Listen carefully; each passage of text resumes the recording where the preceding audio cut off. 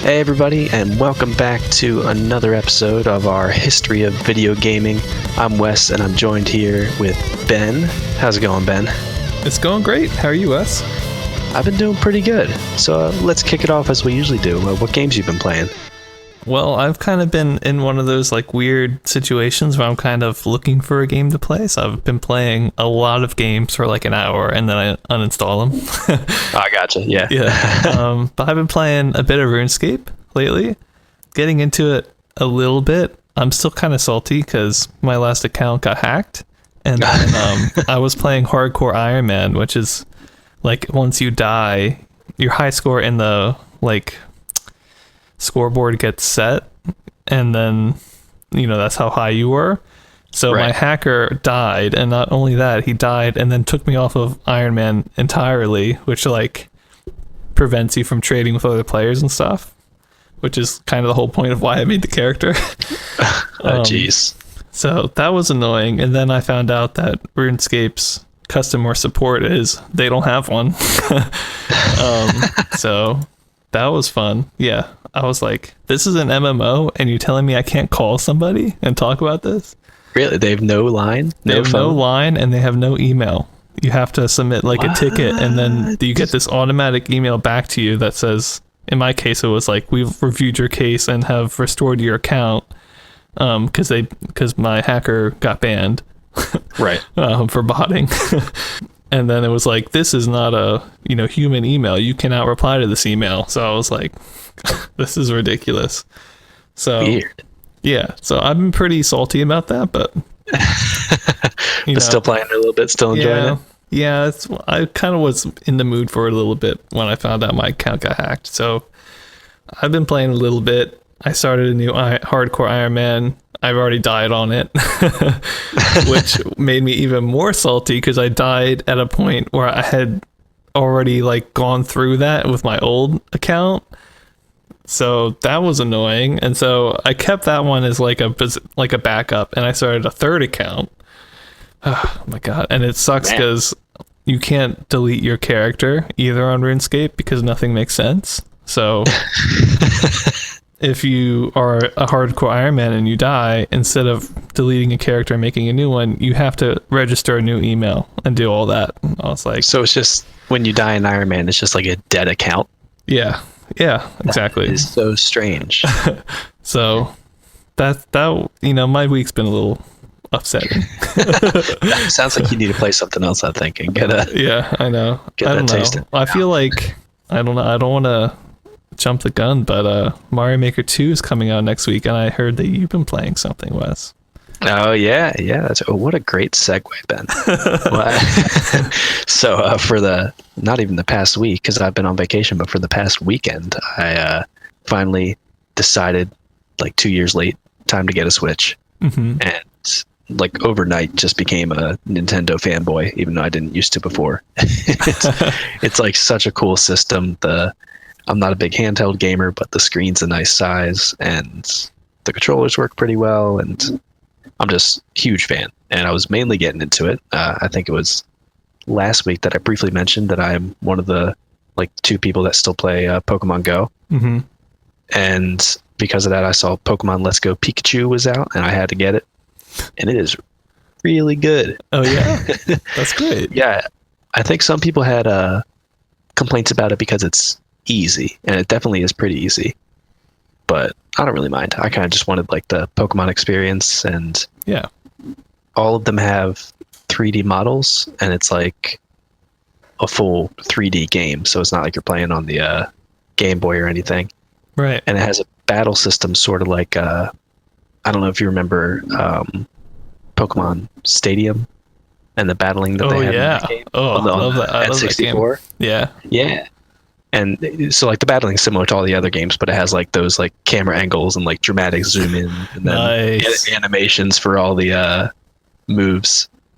It's pretty great. I've been loving it. Good. Yeah. I mean, of all the consoles out there, the Switch is the only one that I'm interested in, honestly. It just has the first party games are just the best first party games in my opinion, by far. Yeah, I mean, there's definitely it's the PlayStation exclusives I see every now and then where I'm man, I could get it for that, but everything else is like I might as well just play it on PC. Yeah. And I feel like the Nintendo exclusives are games that I feel I could play for hundreds of hours, whereas like I think it wasn't like God of War like a PS4 exclusive. And like that sounds like an amazing game, but it's a like, 50 to 100 hour game and then you're done. Right. Yeah. It's not. Which, that's to be not, fair, is a lot. Yeah, it is a lot, but it's not like a console selling a lot for me. Right. Yeah, you're not going to pay 400 or whatever it is for a PS4 to upgrade a PS4 just to get just God of War. Yeah. Right. Whereas like, with the Switch, you've got like Mario Maker 2 coming out, which I'm a huge Mario Maker fan. I'll tell you the second one, that the main reason we bought it, one, I wanted Pikachu, and my brother really wanted, and also I really wanted Breath of the Wild, of course. Yeah, Breath of the Wild. I have a Wii U, so I could get that technically. Oh, okay. I didn't know they did it on the Wii U. Yeah, it was like the last game. But also like Smash Brothers, another one that comes to mind, where people just play that for hundreds of hours, Yeah, exactly. It's a great party game too.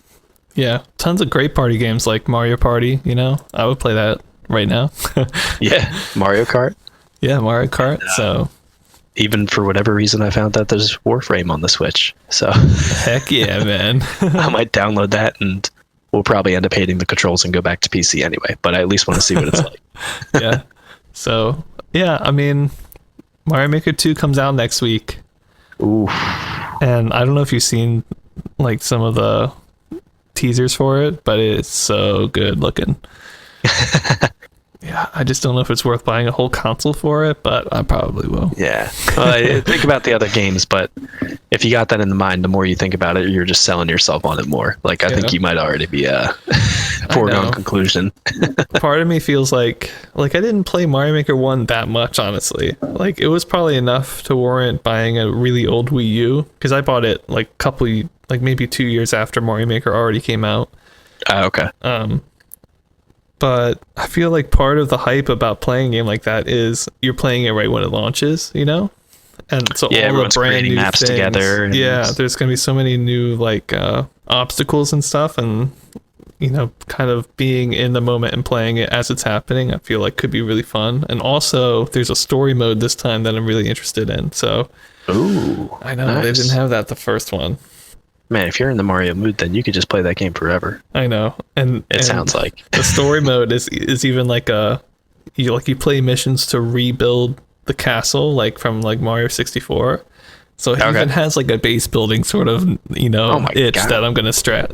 So it's freaking like XCOM Mario. I know. So actually, no, they did that. That was like Mario versus Rabbids or something. Oh yeah, I forgot. There was an XCOM Mario. Yeah. Other than your Pokemon game, have you gotten any other ones on the Switch so far?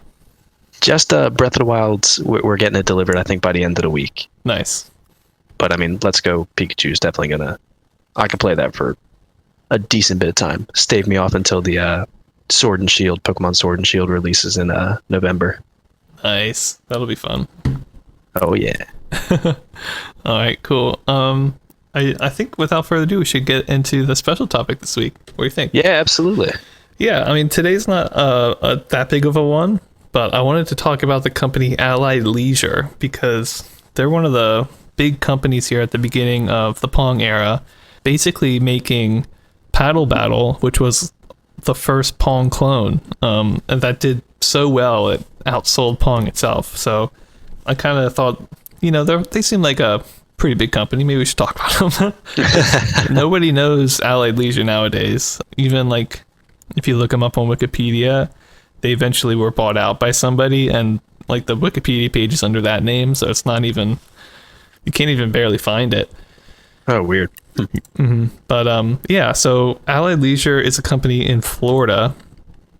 By the time Pong came out in 1972, they had been in the arcade industry for about 4 to 5 years and had been making, classic arcade games, a lot of electromechanical stuff, some pinball stuff, but obviously weren't into video games until one of their contacts found Pong in California in like a local bar right as it was, first being released, and sent it off to the execs down in Florida and said, hey, this is going to be big.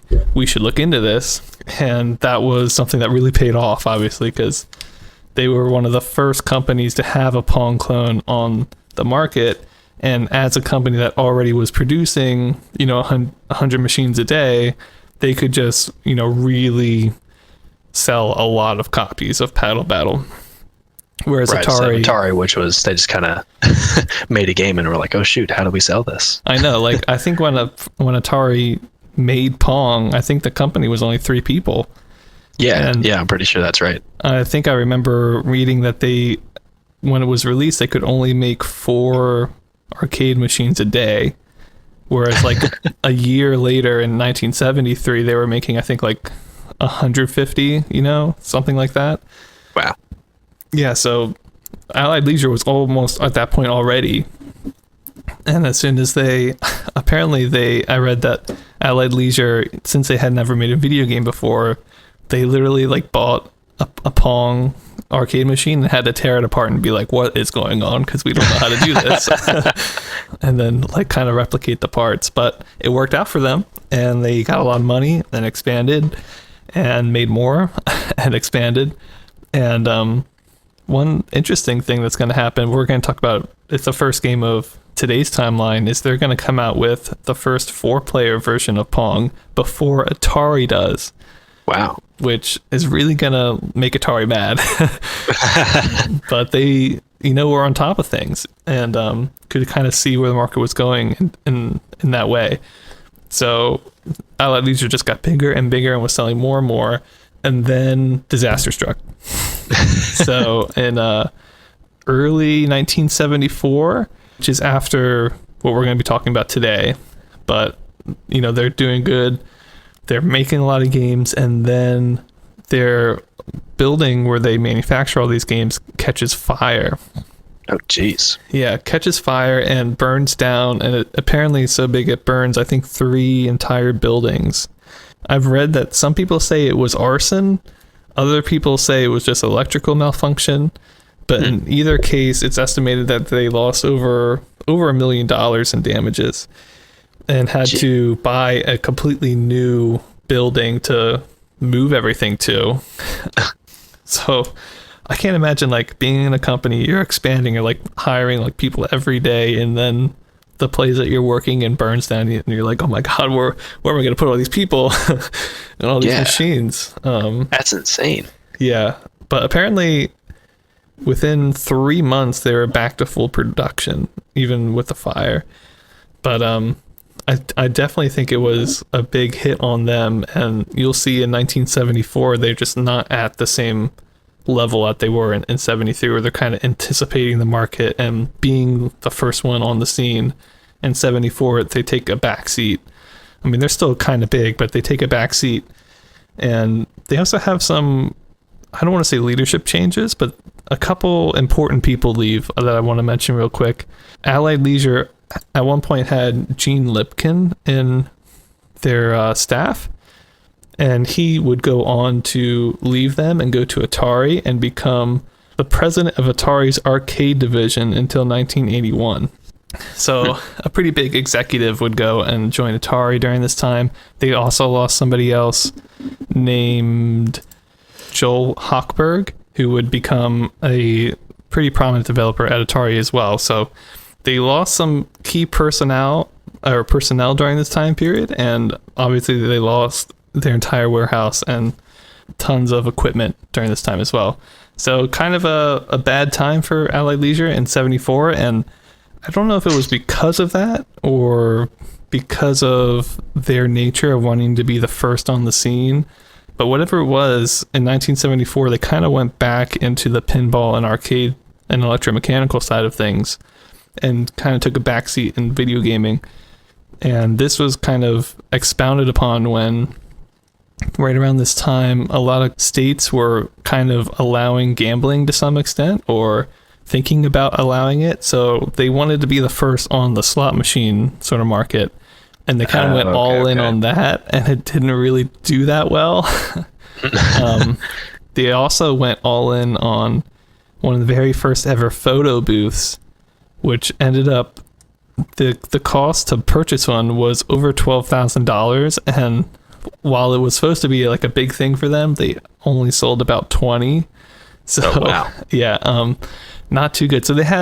So with all the hits that they had, they also had some misses coming up, which would kind of push them out of the video game spotlight in 1974, and that continues through 75 and the rest of their sort of history throughout the 70s. I mean, they have some pretty big video game hits every now and then they take a backseat.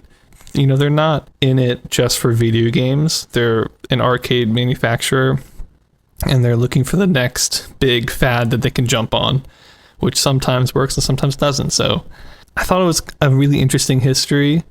There's a lot more to talk about, obviously, but since we're only in 1973, I didn't want to go too far ahead.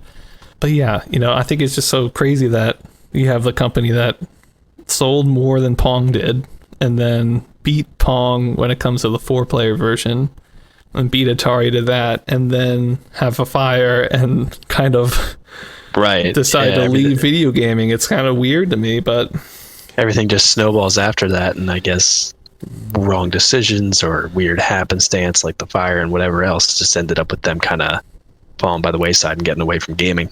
Yeah, I mean, part of me feels like, some of the big companies that made Pong clones and went into the industry, after a couple of Atari hits, they're like, okay, this isn't just a Pong fad. This is a full industry that we want to be a part of. And they kind of go into it big time. But I feel like Allied Leisure, they thought of it more of a fad, and then they were, chasing the next one. And they didn't really think about the long term of, we could build the technology and the personnel to make this industry our big one, even though it gave them tons of success at the beginning. They just didn't see down the line, I think. Didn't think it would be sustainable, I guess, and didn't predict that it would become, the huge thing that it would be. Right, which is kind of strange, but I don't know. I thought it was really interesting, because we'll be talking about them today, obviously, and I think even on our next episode, and then we won't see them that much. So, I mean, they'll come back every now and then, but... Right, give some context to why they might start to disappear a little bit. Yeah, especially for being, one of the most successful Pong clones ever made. Right. So, yeah, I thought there's a little background about Allied Leisure from Florida. We'll be talking about some other companies in the future, so keep an eye out. And I think without further ado, let's get into the timeline. Sounds good.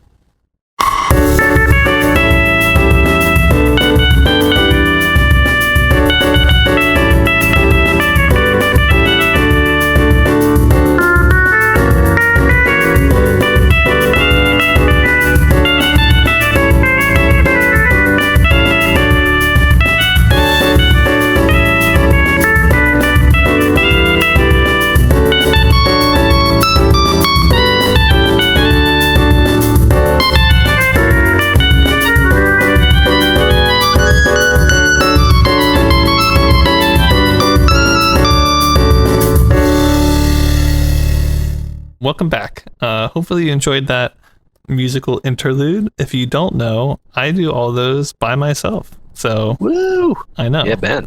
Even though I have no idea what feature Ben has put in there, hopefully it was good. So, getting into the timeline, we have the first game being Tennis Tourney by Allied Leisure, which came out in July of 73. And obviously, we just talked about Allied Leisure. This is their 4-player version of Pong that beat Atari's version by 2 months. So, pretty important little game in the history of a video game. We didn't feel the need to cover it because, it's Pong, but there's 2 more paddles and like kind of closer to the middle where, 2 more players would play. So, it's just a 4-player version of Pong. So, we didn't feel like we needed to get into that because it's kind of the same, but it was the first 4-player sort of arcade game, I believe. So, oh wow, that's pretty significant. Yeah, definitely. But I don't know if there's really much more to say about it. No, and as we'll see, there's going to be many similar things. Like you mentioned, 2 months later, Pong Doubles, which is the Atari one, if I'm not mistaken, right? Yep. Came out, and 4-player version of Pong, basically same thing. You got the 2 paddles on either side, and they're kind of staggered like you would imagine a tennis court and how doubles in actual tennis would work. Right. And following that come all of the Pong doubles clones. There's going to be a lot.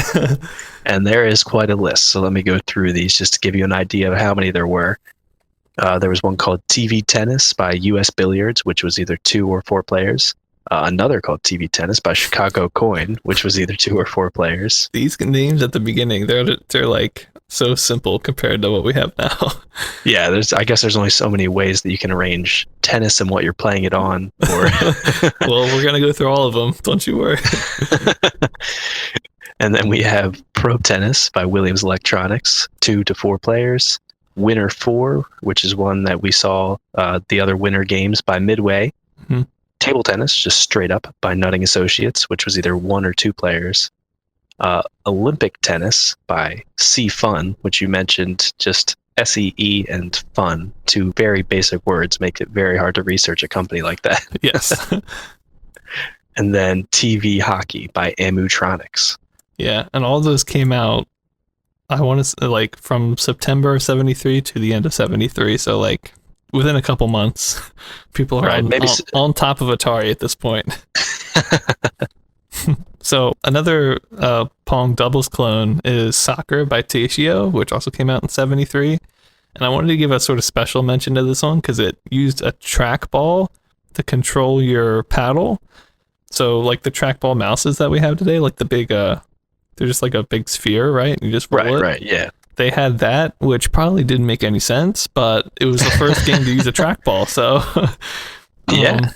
I mean, they're getting inventive with the peripherals, at least. Yeah. So those are the Pong doubles clones. They're not in order of how they came out, but there's just too many. We just wanted to quick mention them. So yeah, quite a few.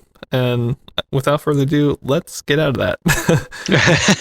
And go to something very different from the Pong clones that we have, but slightly familiar from stuff that we've played before. I know. And we're gonna hold on, before we do, I want to quickly mention the next, I want to say 4 games we're going to be talking about are all computer games. So I kind of grouped them up a little bit. Oh, that's right. Yeah, we get a little bit of a divergent from doing all the arcade cabinet video games that we have been. Yeah, so hopefully you guys can follow that a little bit easier. So the first one that I got a chance to play is Trek 73, which was made in 1973 and is a Star Trek game. Very clever name. Oh, yeah. And this one was created for the Hewlett-Packard 2000 mini computer, which I feel like that's the first time we see HP show up as far as on the computer end of stuff that games were actually running on. Yeah, I think so. And this was written, it's a text-based game, written in BASIC, as with a lot of things that were coming out in this time. And this one was a little bit different from the previous Star Trek text games that it came out, because instead of being sort of grand strategy, move from place to place, and you have a bunch of different encounters that could happen, this is focused on a battle and all the tactics within that ship-to-ship battle. And it could be between one ship, which is all I tried because the game is so incredibly complex, but it can go all the way up to 9 ships that you're fighting against, and I have no idea how you'd have to make that work. You'd have to be a real good captain to be able to pull that off. Right. So my first impressions when I was jumping into this is, man, it's really complex. I don't know how I would have gotten through it without the list that you graciously gave me that described all of the different moves and then went into detail for what you do with all of those 29 separate moves. I think there was 32, but some of them were just different options that would actually do something to the computer, like save game or stuff like that. Right. But it's just so many different things and contingencies for if your ship is getting busted. Like you have one command that is tell your phasers to lock, and then you have another command that's manually aim your phasers based on a 360 degrees and aim it at the enemy ship if the lock is broken and your phaser's damaged. Oh man, I didn't even know that could happen. It can, and luckily I only played through once because it took me about 20 to 30 minutes, but a lot of interesting stuff happened on my playthrough. Oh, wow, cool. Found out that realistically, like a ship, if you can turn your phasers to point inside your ship so that they're pointing, if you were like broadside to the enemy ship, so that 2 of your phasers were actually facing, but the other 2 just wouldn't fire because they're facing inside your ship.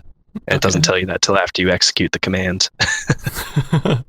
Classic. But yeah. The amount of calculating angles, and I was starting to get it towards the end. Like, there's some free moves you can do that give you information and don't take a turn, where you can see what degree the ship is heading at you, and then what speed their ship is heading at, and then what degree you're heading at, and kind of reckon between those 2 degrees to figure out where you have to aim. Mm-hmm. And it's kind of crazy because the phasers, I think, have travel time of about 1 turn, or dependent on the distance between your 2 ships. And the torpedoes also have travel time, so you'll fire them and don't see anything happen for a couple turns. Oh, interesting. Yeah, so I was really guessing for a lot of it. But I did get the lucky thing where I read in the manual that you could make your phaser have a wider spread so that it hits more targets, and I took out about 5 of their torpedoes 1 turn before they hit me. Yo, nice. I felt pretty good, and I was starting to get how this game could be really, really good if you were really into it. Like, you spent a lot of time learning all the tactics. Yeah, did you hit the torpedoes after they fired them, or you hit like the torpedo bays? No, so the torpedoes after they fired them. Oh, wow. Because the distance that their ship was away from me, I think it ended up being about like 2 turns of travel time before their torpedoes hit me. Mm-hmm. And I kind of just blind fired because I wanted to test it. And you can set the angle of your phaser so that it's either 10 degree spread or 45 degree spread. I mean, I could keep going into it, but it was, to sum up a lot of what I'm talking about, what makes this game really cool, but also pretty bad if you're just trying to jump into it, is how incredibly complex it is. Yeah. I mean, for the playthrough that I did, it's really hard to get in quickly. But if you're like a diehard Trekkie or anyone who like really loves strategy, I think you could pour a lot of time into it, learn all of the strategies, and really feel like a competent captain of the Enterprise and fly around and feel like a badass blowing up all the other ships. Yeah, I felt kind of the same way when I played that last Star Trek game as well, the 1971. Even though that one was across the universe, like, right. After I played it for a while, I kind of was just like, when you did it, were you able to stop looking at the commands after a while? Not with 29 commands, no. Well, so you used most of them then? I used, I want to say I used about like 14 different ones, depending on the situation. Mm-hmm. There's one I used every turn, which just told you like where each ship was, where your ship was in the enemy ship. Right. And that was a free action. And then, like manually moving, locking, loading torpedoes, firing torpedoes, those are all separate actions. So I was starting to get a flow for like the combat part of it, but the movement stuff was still, I had to look it up every time. Okay.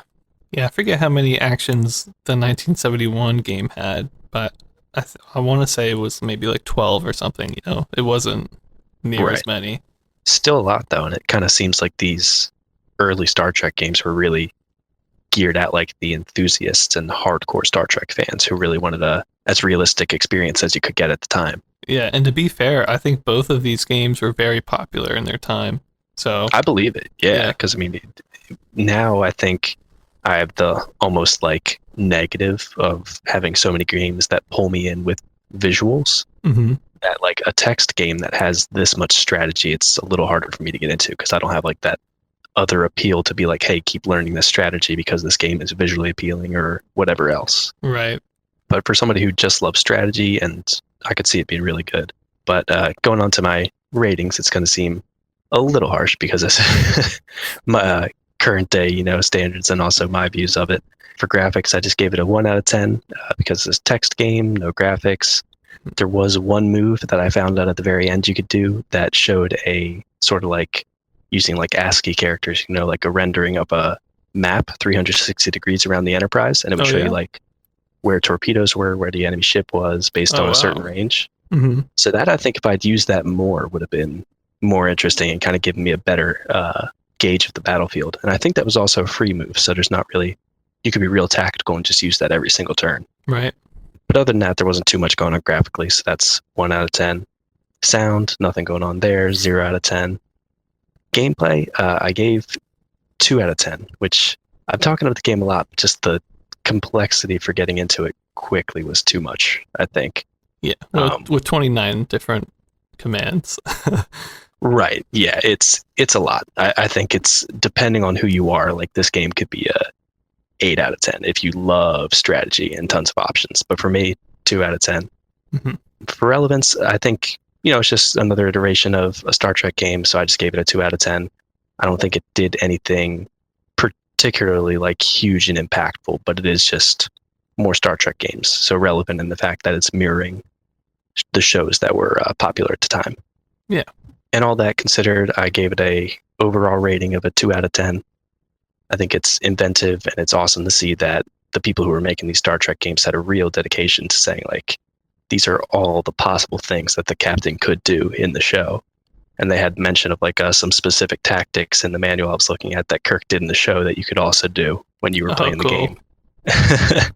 I remember when I looked at the manual before I gave it to you, there was some in there that I was like, why would anybody do this? Like, I feel like, wasn't one of them like put airlocks in the engineering bay or something like that? I'm like, how detailed does this get? Yeah, you can jettison the whole engineering bay. Like, what does that do? Why would you do that? It says later in the instructions that it's basically like a suicide gesture because you can blow up the engineering bay, but like you have massive casualties. Which brings me to how mine actually ended when I was going through it. I didn't think I was doing that, but I guess I did enough damage to the enemy ship that they were like, all right, we're going to self-destruct. So Spock told me, he's like, hey, they just did something. That means they're probably going to self-destruct. So I started going, there's a command to just go exactly the opposite direction of the enemy ship. Oh, nice. And I did that full speed for like 2 turns, but I had no idea what the timer was for self-destruct. Mm-hmm. And I thought maybe they aborted.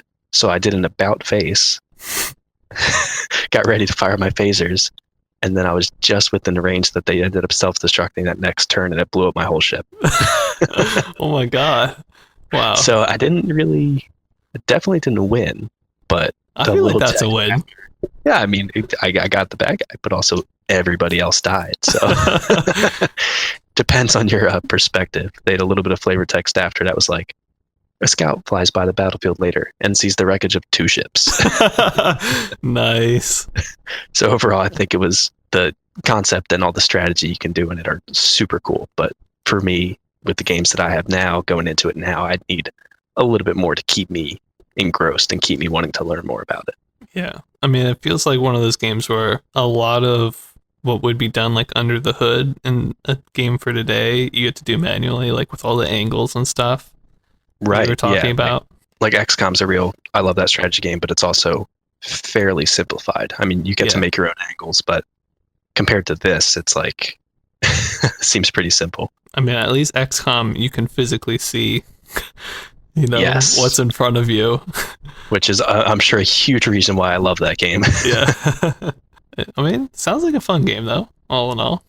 It was, yeah. I mean, it's actually something that, like, given some downtime, I might poke around with some more. Because, like I said, if you got super into it, I could see it being pretty fun. Yeah. I mean, it seems like it has more depth than something like High Noon, for instance. Right. Yeah, whereas there's only a couple situations you could put yourself in against Black Bart. Oh, yeah. I think that was his name. Yeah. All right. Well, Trek 73, computer game. There you go. Yeah. Let's talk about 101 other computer games, Wes. Because the 101 Basic Computer Games Manual comes out in 1973, and I looked at almost all of them. Oh my God. I know. I want to give a big shout out. I found a YouTuber who actually played through all these, and if I hadn't found this guy, I wouldn't have looked at this because there's just too many. But he played through almost all of them that he could get working.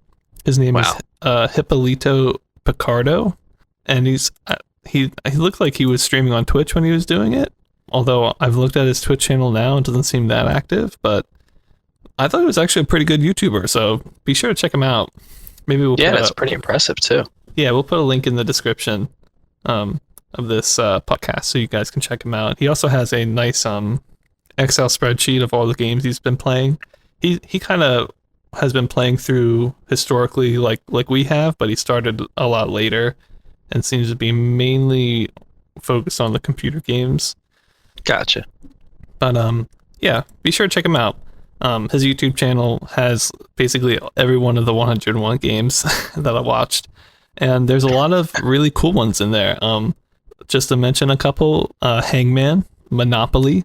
There's one game called AC Doocy and Tower and War and Numbers and Chomp, and Poker. A game called Bagels and Blackjack, Reverse, Animal, Nicoma, Dog, and that's it for the ones that I thought were kind of extra special. There's a lot of games in there that are very like throwaway sort of mathy games, but there's also like a fair amount of those that we play. I mean, people play like online poker like all day, every day, even today. So this is like the first version of that almost. Wow. And I thought Monopoly seems like very complicated to have as a text-based game, but it was like, you type roll and it was like, you rolled 4, you land on whatever street, it costs this much money. I was like, hey, let's keep it track. And I think you could go to jail, you could get chance cards. So, wow, yeah, that's pretty impressive. I know. I was like, wow. So, whereas, Hangman against the computer, not that exciting, but still interesting. Well, with 101, they can't all be hits. I know. I wanted to mention the 101 Basic because for those of you who have been listening to us through this, you know that we've already been playing some basic games. And even like an old menu came out in 1971 that we talked about that included like Hammurabi and stuff. And this one also includes Hammurabi because it was made by the same dude I think it's David Owl. Yeah, David Owl. So basically in 1971, I believe that he made like a little manual that he distributed around his university to people.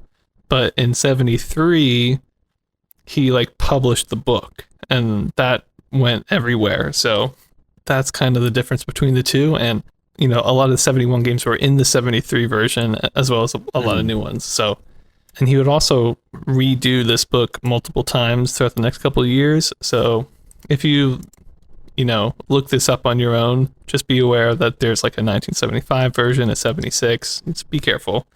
There's also some games that came from the People's Computer Company, like I want to say it's a magazine or newsletter, I think it was called, but it seemed to be a local newsletter where people would submit their computer program and it might get featured, and they're mostly all games. So a lot of these games were in that newsletter as well, but there were also some games that were just in the newsletter, such as Taxman, which is a game about I kind of forget what it's about. I don't think it's about doing taxes, but maybe collecting taxes. Who knows? Maybe collecting some mathematical game. But yeah, so 101 Basic Game book came out, as well as the People's Computer Company newsletter, which again, check out Hippolito Picardo because I did not find the People's Computer Company newsletter until I looked at his videos, and I don't even know where he got it. So yeah, be sure to check him out. Cool. There's a couple other basic games. I think, why don't you talk us about one that's maybe a little bit more special, Wes? Yeah, so this one, it's game is going to be a little bit loose. It's interesting in the way that it generates a physical game for you to play. So this one was called Amazing, emphasis on the maze there, because it's a generator that makes a maze for you, and then you print it out, and you can actually solve the maze with like pen and paper. But the main thing about this was that it randomly generated different mazes. So not exactly video game per se, but has random generation in it and is able to create a game for you to play from this using the basic language. Yeah, and I saw Hippolito Picardo play this or generate some mazes, and the mazes look like the kind that you would find in like the New York Times or something, like really? Okay. Yeah, really nice looking mazes. You could put in how long and wide you wanted it to be. I think the max was like 19 by 19 or something like that. And they were pretty complicated. So, and they always looked very nice. There wasn't like too like wide gaps and stuff, Right. It all looked like very organic. So, yeah, it's pretty impressive. Yeah, props to that one. And then I've got one more, or I guess technically two more basic games that I actually looked at and rated. Because I thought we should probably rate at least one of the 101 basic games. But this one, really two games. One's called Life and one's called Life 2 that I looked at. So both these games are based off of Conway's Game of Life, which was like a theory by British mathematician John Conway in 1970 that had basically a very simple rule set that then would do weird things by itself. Basically, it had a very simple rule set, but then it would sort of auto-generate into a new game state, and then the rule set would apply to that game state and would auto-generate. And so after a bunch of generations, the game state would kind of change and evolve by itself, which, some people, that's why it's called like the Game of Life. It's kind of supposed to replicate, things evolving by itself or dying out by themselves. So the Game of Life itself, John Conway's version, is Life 1 in this 101 basic game book. So it's hard to play, consider playing that, because basically you just set initial state and then you hit start, and then the computer just generates, infinitely the next game state. Right. And I do mean infinitely, like I couldn't stop it. Like you have to like exit the, kill the program to stop it. It was like generation 1000, generation 15,000, I was like, oh my gosh. But it's really cool to see, because you might start with like 3 dots beside each other, and then the next generation would be like 3 dots and 1 in the middle or something like that. And it keeps growing, like parts of it might die off, parts of it grows back. It could, interesting. There's some like weird, it kind of looks like if you're watching like bacteria grow in a petri dish or something like that. Really quickly, the rules of the game, they're complicated, so just warning, but they're also like weirdly simple. So basically, imagine like a grid, like we'll say 10 by 10 grid, and you've got like a point at 5, 5, 5, right? Now, if that point doesn't have any neighbors, like 5, 6 would be a neighbor. So if it has no neighbors, it'll die off and won't come back. If it has one neighbor, like 5, 5, and 5, 6, they're neighbors, both of them will die off. But if it has 2 neighbors, like you have 5, 4, 5, 5, 5, 6, and 5, 5 has those 2 neighbors, that'll live. But then again, you have to keep in mind the neighbors will die because they only have one neighbor. So 5, 4 dies, 5, 6 dies. And also something can, like they call it, be birthed. If it's an empty square and there's 3 selected points beside it, including diagonally, it'll birth. So in the 5, 4, 5, 5, 5, 6 sort of scenario, gosh, I have to do math. I hate doing math, Wes. So that would be what, 6, 5? I'm trusting you. That sounds right. The one like above those 3, right? Right. Which would be empty square. It's got 3 neighbors. 5, 5, 5, 4, 5, 6 are diagonal neighbors. Right. That'll be birthed, and the same thing with the opposite side. So basically, if you have like a horizontal line of 3 dots, after the birth, like the other ones get birthed and some of them die, it'll be a vertical line. That's like the simplest example. Okay. Yeah. I get what you're saying. Also, if something is completely encased, meaning it has at least 4 neighbors, it'll die. So it seems like kind of simple rules, but when the patterns are like completely all over the place and you've got like 10 dots to think of, it's impossible to like keep track of. But that's kind of how the game works. And the original Game of Life is literally just you put in initial condition and then it simulates things dying and birthing forever. Sometimes everything dies, and you're just left with a blank screen after a certain amount of time. Sometimes you can get to this state where it'll make like a certain shape, like a diamond, for example, and then the diamond will never change. That, the same amount of things get birthed and destroyed forever. So it's always that. And then other times it'll continually, change and make new shapes forever. So you can kind of just play with it, but it's not really a game. But right. Life 2 is a game. Life 2 is like a 10 by 10 grid, and you have 3 points you start with, and you're facing an opponent who has 3 points to start with. And then you're trying to destroy all of your opponent's selected life things. Okay. In the game, they used, I think, hashtags and stars. So one person was the stars and their stuff could die and live, and the other person was the hashtags. And remember, if there was an empty square and it had 3 neighbors, it would live. But if like 2 of those neighbors were your opponents, then your opponent would get that new square and they would get a new token. If 2 of the 3 to make that thing live were yours, you'd get the token. I hope this isn't too complicated, but I definitely getting a little lost, but I think I get the basic idea of what you're saying. Yeah. I mean, at the same time, it is really complicated, like extremely complicated, and I barely had any idea what was going on. But the rules behind it are more or less simple. Right. It's just like when you put it into practice, it like falls apart. But yeah, you can't keep track of all those rules when it's happening so fast and on such a large scale. Yeah, so I don't know. I felt really weird about rating this game because I feel like if this were like a board game, for instance, it kind of reminded me of like Go or something like that, like a really complicated board game. And I could kind of see some old people sitting around a table playing this by hand and like really taking their time and thinking about every single thing that might happen after they make a move. Mm-hmm. And it being like really intellectually and logically interesting. So I feel like it has potential for that, and it could be fun. But you really would have to spend a long time with it and really enjoy complex logic games like chess or Go or something like that. But unlike something like chess that you could probably really easily just jump into, you can't just jump into this game. Like, you'll just be guessing, Right.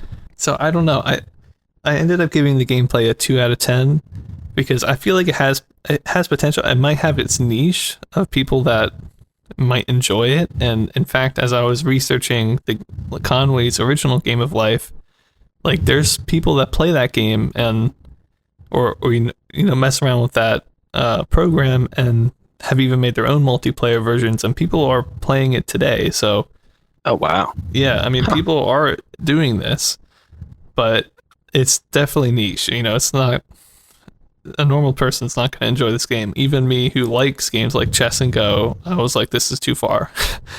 This is too much. And also, I feel like the game itself has some big flaws, at least in this iteration, because in this iteration, player 1 always goes first, and they have to put in where they're going to go. If you're going to go to 5-5, player 2 can't also go to 5-5 because that's where player 1 went. So player 2, I feel like, always gets the advantage by knowing where player 1 went and then gets to respond. Right. Whereas player 1, player 1 just has to put a point down. They don't know what player 2 is going to do. So I feel like player 2 has a massive advantage in the game, at least in this iteration. Maybe other ones account for that somehow. Like, I feel like it'd be hard to do because even if both were hidden, if both players pick the same spot, like who gets it and then what happens? So I don't know. I feel like there's some flaws in the game, and that's why I felt comfortable giving it a 2 out of 10, but it's definitely an interesting one. Graphically, I gave it a 1.5 out of 10. It's just a bunch of dots and stars and like hashtags, but right. I honestly thought the game didn't really need that much more because it's basically you're just keeping track of if this certain point is selected and by which player, and that's it. So even like on today's nicer versions is very basic in terms of graphics. So I didn't think it needed that much, but at the same time, the one thing I wasn't going to excuse it for was you're playing on a grid and there's no grid lines. So like if the whole bottom half of the screen had no points on it, you might be like, well, I need to go to 6-7. It's like, wait, where's that 6-8? Like, right. Because you had to like kind of like find it, and without grid lines, it's kind of hard. But so, it's nothing to write home about, but it does its job okay. There's no sound, so I couldn't give it any sound. For relevance, I give it a 7. I think I wanted to give it a high relevant because it's based on Conway's Game of Life, which apparently is very popular. Like, if you go to the Wikipedia page on Conway's Game of Life, it's massive. Let me see if I can find it. It mentioned some of the uses people have done with it.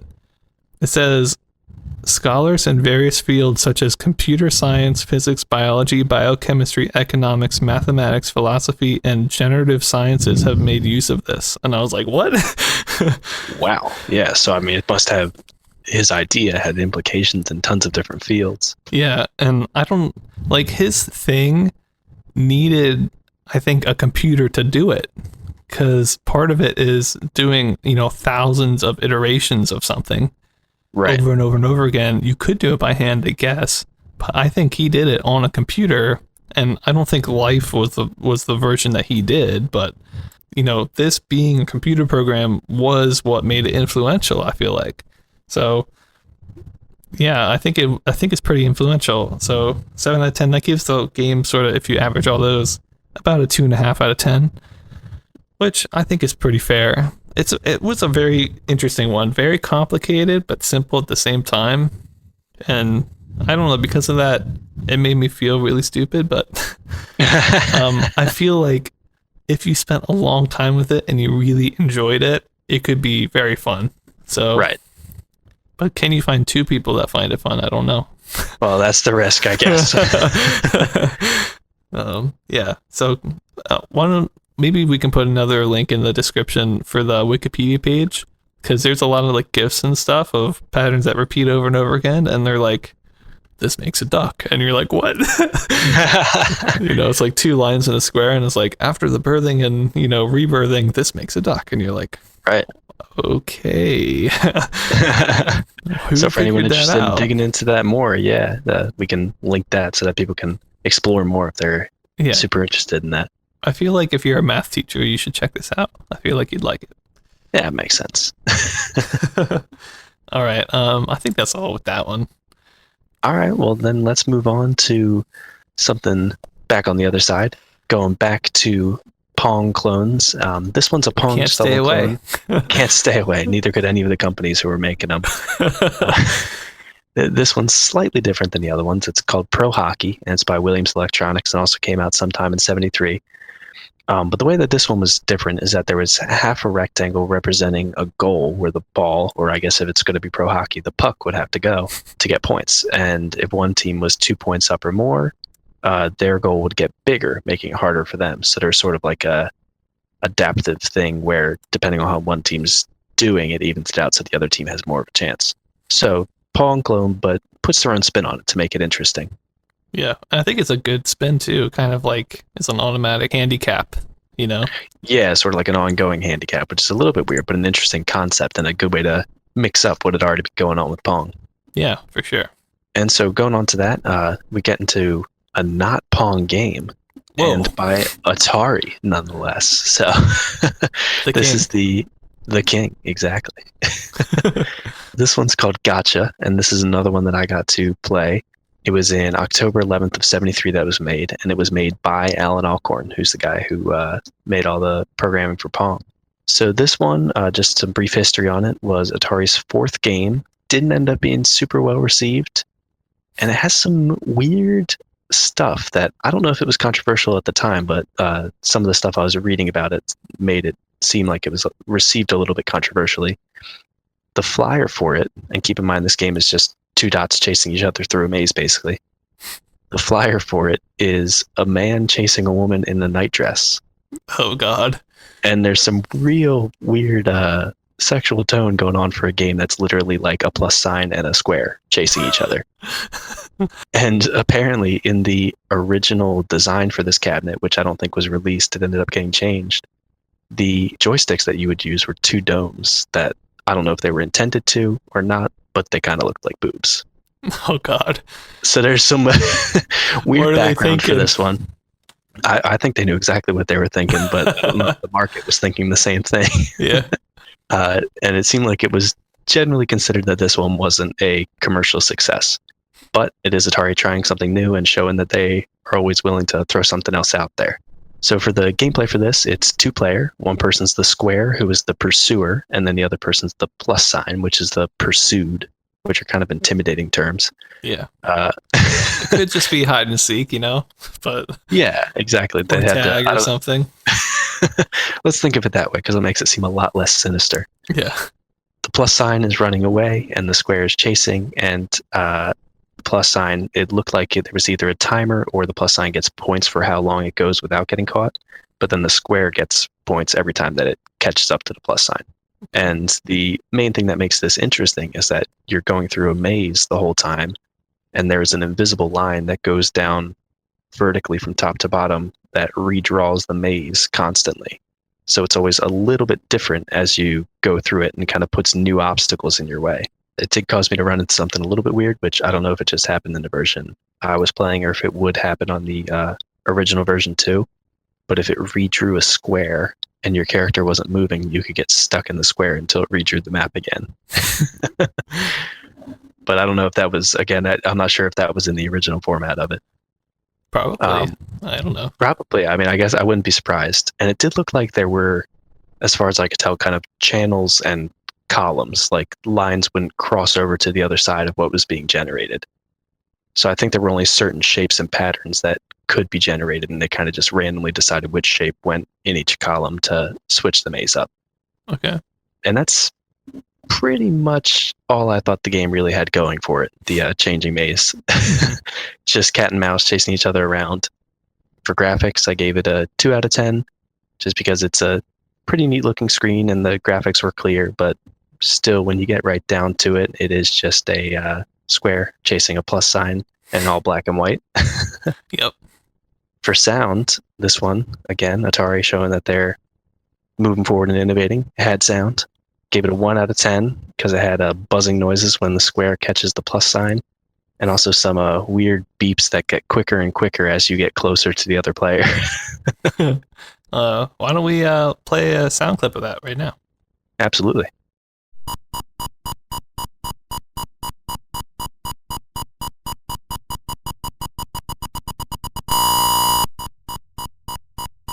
All right, and then so there's your sample of some of the sounds that we had in Gotcha. And for gameplay, I gave it a 1 out of 10. It, interesting, but I didn't see it as being super exciting. But I could see how, with a lot of these arcade games, they're going to be a lot more fun in the time when you're huddled around the cabinet with one of your buds and you're really competing with them. Being kind of removed from that environment and playing it now just seems like, oh, why would anyone play this? But putting yourself in that mindset, I could see how it would have been a very fun game at the time. I feel like the concept is kind of cool, but I don't know. It seems like very simple, but the changing maze in the background was probably like the focus and not like the, how do I make this to a fun game? Right. Yeah. The fact that the computer could make the changing maze. And that's why I was saying that's a lot of what this has going for it, because that's pretty impressive. Right. And when you're putting a game over it, it's just the game that itself didn't seem super great when I was playing it. I mean, it feels like kind of like a sci-fi sort of topic where I could see like some, like the movie Labyrinth or something where like you're in a maze and it's constantly changing and you can't get out or something, but you're not trying to get out of this maze, so you're just trying to chase somebody else through it. Yeah, that's a good idea for a theme for that. Makes it a lot more spooky, and the maze ever changing is kind of an interesting aspect of that. Yeah, I feel like they could have maybe done a little bit more with that idea. But maybe they, it couldn't do anymore. I don't know. Right, yeah. Who knows what was going on at the time. And for the relevance, I didn't give it super high. I did give it a 2 out of 10 because I think it is pretty innovative that there's that ever-changing maze. And I'm not sure if it would directly influence anything, but it does seem like it would have an effect on things in the future. And it really reminded me a lot of Pac-Man, how the maze worked, and the fact that it was something chasing something else. And I'd be curious to see when we eventually get to Pac-Man if there's any hints of this influencing that. Yeah, maybe. So overall, yeah, I'm excited to see, because I could definitely believable that the ever-changing maze and then two shapes chasing each other through the maze, even though Pac-Man has static mazes, it has different levels. Seems pretty similar. And for my overall rating, I gave it a 1.5, my first half rating. Oh. And getting into the halves now, it's getting nitty gritty. Because it has some elements that I thought were really innovative, of course, like the ever-changing maze, and it could be fun, but as a whole, it just kind of didn't really gel to make a interesting game overall. Seems fair. Yeah. It's a lot of cool stuff going for it, but a lot of stuff where I'm just kind of like, could have done better. Yeah. I mean, this is like right in the time period where Atari's like probably hiring like 5 people a day or something like that. So they got a lot going on. Yeah. So for our next honorable mention, this is a complicated one because I didn't see this one until I was researching pretty recently, and it's called Color Gotcha, and which is exactly Gotcha, which is what you just played, but the like edges of the maze are different colors. So all the horizontal lines of the maze are like, I want to say red, and then all the vertical lines are blue, and I think there were some like yellow ones mixed in or something like that. Interesting. Okay. But otherwise, gameplay is all the same. And this is complicated because it's very contested as to when this came out, if it's classified as the first color game that ever came out or what. So some people say it's the first color game to ever come out. And part of that reasoning is from Atari's own documents, they say it came out the same month that Gotcha did, which would be October 73. And I kind of find that hard to believe because usually these things take time, and even if it did come out during that time, it's estimated that only around 10 machines are ever produced. So I'm thinking that maybe what happened was they were experimenting with color, made a couple machines, maybe realized it was too expensive or whatever, and just sold what they had. But I don't know if we can call that as like a game release, you know? Right. Yeah. More like a prototype that they sold maybe or something. Interestingly enough, I did find a YouTube video. Somebody has one of those 10 and it's working. So, that's impressive. I know. I was like, I didn't even see any Gotcha videos, but Color Gotcha, we got one. I guess because, you know, it might be significant because it was the first game with color. But again, I don't, it's hard to say. Part of me feels like there's no way it came out in 73. And then part of me says, yeah, well, there's some sources that I trust that say it probably did. So I don't know. But I wanted to at least mention it. We're obviously not going to rate it differently than Gotcha, probably. I don't think color would have saved that game. Wes, what do you think? Maybe bumped it up a point or two, but that's probably it. Yeah. But it is interesting. It's definitely going to be one of the first ever color games. But again, since it was never mass produced, I don't know if we can call it that. But right.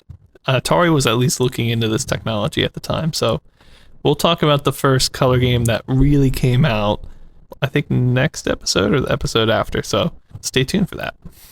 And finally, the last game of the day, Elimination, which I played. This game was by Key Games, which, if you remember from our special topic last episode, is actually just Atari in October of 73. And it's sort of this 4-player version of Pong, but it's a little different. Basically, how it works is instead of 2v2, which is what Pong Doubles is, it's kind of like 1v1v1v1, where each person has an edge of the screen. So one person's top, one person's right, one person's bottom, one person is left. And you're defending their side of the screen, right, from the ball. Luckily, the corners have like a wall, so the you don't need to defend the whole screen that you're on. It's just kind of like the middle bit, which, yeah, that's really nice, because otherwise you'd be scoring points left, right, and center. And the other really cool thing about it is once one of the players gets knocked out, their whole edge becomes a wall. So, yeah, then the ball can bounce off the wall and interact with the other players, and it doesn't just keep going off screen to somebody who's already dead. Which is really good. I really like that about Elimination. Unfortunately, I couldn't find Elimination to test and play this. I played Atari would re-release this a little bit later with a name called Quadrapong. It's the same game. It's just one was by Key Games, one was by Atari. So I played Quadrapong to test this. We'll talk about it more when we get to Quadrapong's release date, which we will cover. But yeah, it's a good game. I like this game. I think it's by far the best Pong game that we've played, because you have the 4-player version, but everybody's for themselves. And when one person's out, the game continues in a way that's very fluid and natural. There's also little counters that show, I think everybody has like 5 lives or something like that at the beginning, and they go down one at a time as, you know, the ball gets past people. I think the rate that the ball moves and the size of the paddles is just right. I think the concept behind it was really, taking it to the next level and making it more fun in a gameplay sense and maybe not as much in a technical sense, even though I think there is more technical things happening on this one, but I think it was the best of both worlds, really. So, yeah, I gave the gameplay of Quadrupong, or I'm sorry, of Elimination 4.5 out of 10, which is pretty high for me. Yeah, I feel like, especially from what we've covered so far. Yeah, I feel like if you've got 3 other buddies and you want to play a Pong game, play this game because it feels the most like a game that you would see today. I mean, right, you could imagine a Flash version of this that would still be something people would be playing. Yeah, or like I could see this in like Mario Party minigame or something like that. Oh yeah. Yeah. It just feels like they thought of everything that would make the game stale, and it's they've corrected for it. So it always feels like you're in the game. Even if you get knocked out of the game is still going on. It's still fun and high paced, and there can even be some interesting things happening where like maybe like the right side and the top side are the last 2 people, and it's kind of weird because you're aiming for the top, Right. Yeah. So yeah, I think it's a pretty interesting, different take on Pong, even though it is very, very similar. You still just got the 4 sort of lines as paddles, as a single ball, but at least you have some boundaries when it comes to the ball can hit off the edges and be fine, or the corners and be fine. Yeah, I like this game. Something about it, just like I was like, yeah, I can dig this. For graphics, I gave it a 1.5 out of 10. I mean, it's still black and white. It's still just some lines and squares, but right. 1.5 out of 10, I think is fine. For sound, it did have sound. It had some sound effects, which why don't we play that right now?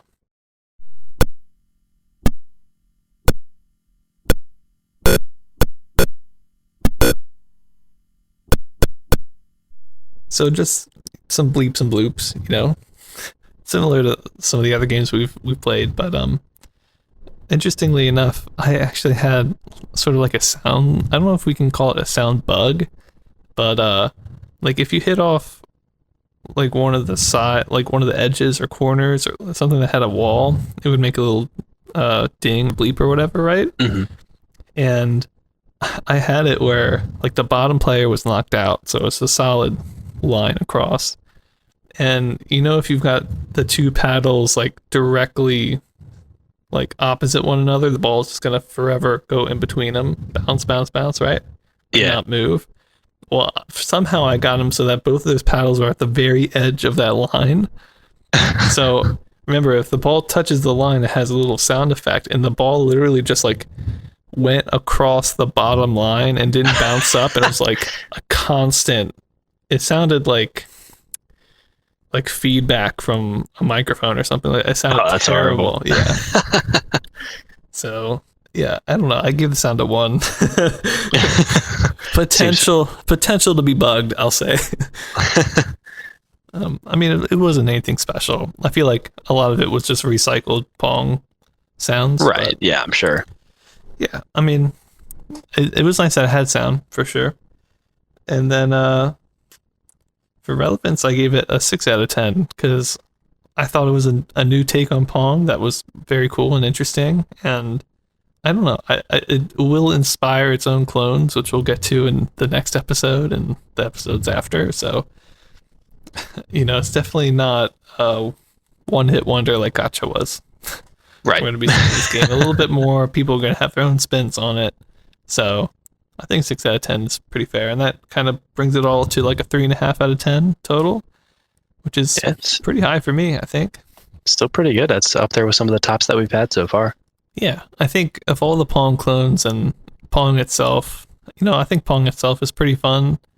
But if you're looking for 4-player with some more intense gameplay, I think this is what you're looking for. Because I think with one of the things with like the original Pong, if like you hit the ball, you don't really have to worry about it for a while. You're just kind of watching it go. But with this one, you've got 3 other people that can hit the ball in any direction at any time. Always on your toes. You got to keep alert. Yeah, is it going to be coming from the left player, the right player, the person right across from me? So I thought it was a good one. I like this one. Nice. That's awesome. Glad you got to play something good. You're getting some good games now, getting away from that slump. I know. We'll see how long it goes. I mean, Life and Life 2 were, I don't know if we can call them good games, but okay. They you got potential. Elimination. I mean, yeah, I got Elimination. I mean, I would have felt bad if I gave you another Pong clone, Wes. I'm appreciative for that. I enjoyed Check 73 and Gotcha. It was there. It was there, yeah. I think with that, we'll wrap it up for today. Be sure to check us out on our website. Email us any questions you may have, especially, we've covered a couple kind of contested things today with Color Gotcha, the basic games, Allied Leisure. So, we covered a lot today. I feel pretty good about it. How you feeling, Wes? Feeling great. Yeah, I think we're doing a good job and ready to move on to the next one. I'm glad you think we're doing a good job, Wes. That's the only thing that matters to me. So that ends our, 2-part episode here on the Pong era of 1973. Be prepared for next week's episode where we say goodbye to the Odyssey. So I'll miss you. I'll see you guys. It's going to be a rough farewell. See you all then. Bye.